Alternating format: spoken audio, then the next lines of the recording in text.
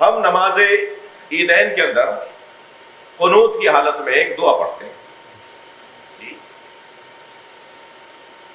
9 مرتبہ اور 10 مرتبہ ہم اسے دہراتے ہیں. وہ دعا کیا ہے؟ اللہم ادخلت فیہ محمد، اللہم ادخلنی فیہ، ادخلت فیہ کل خیر کما ادخلت فیہ محمد وآل محمد واخرجنی من کل سوء کما اخرجت منہ محمد وآل محمد. ٹھیک ہے، یہ یاد آ گیا نا آپ کو؟ یا اللہ ہمیں ہر اس خیر میں داخل فرما جس میں تو نے محمد و آل محمد کو داخل کیا، اور ہمیں اس شر سے نکال دے جس سے تو نے محمد و آل محمد کو نکالا. ہمارے عربی نہ جاننے والے لوگ، گرامر نہ جاننے والے لوگ، استثناء کی ان قسموں کو نہ جاننے والے بظاہر مولائیوں نے کہا کہ ہمیں نماز عیدی نہیں پڑھنی چاہیے. یہ مولوی تو یہ پڑھاتا ہے کہ ہمیں اس شر سے نکال جس شر سے تو نے محمد و آل محمد کو نکالا. تو مولوی کا تو عقیدہ ہی ٹھیک نہیں ہے.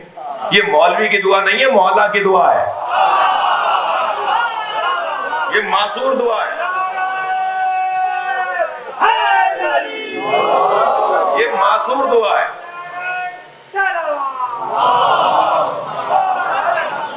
یہ دعا معصور ہے، یہ مسنون دعا ہے بھائی. یہ کو مولویوں کی تو بنائی بھی نہیں، عربی گرامر لے کر بیٹھے اور انہوں نے جملے بنا دیے اور ترتیب دے دیے. یا اللہ ہمیں ہر اس شر سے نکال جس شر سے تو نے محمد و آل محمد کو نکالا، ہر اس خیر میں داخل فرما جس خیر میں تو نے محمد و آل محمد کو داخل فرمایا. تو یہ بیچارے نہ جاننے والے لوگ، اور نہ جاننا تو کوئی عیب نہیں ہے، نہ پوچھنا عیب ہے.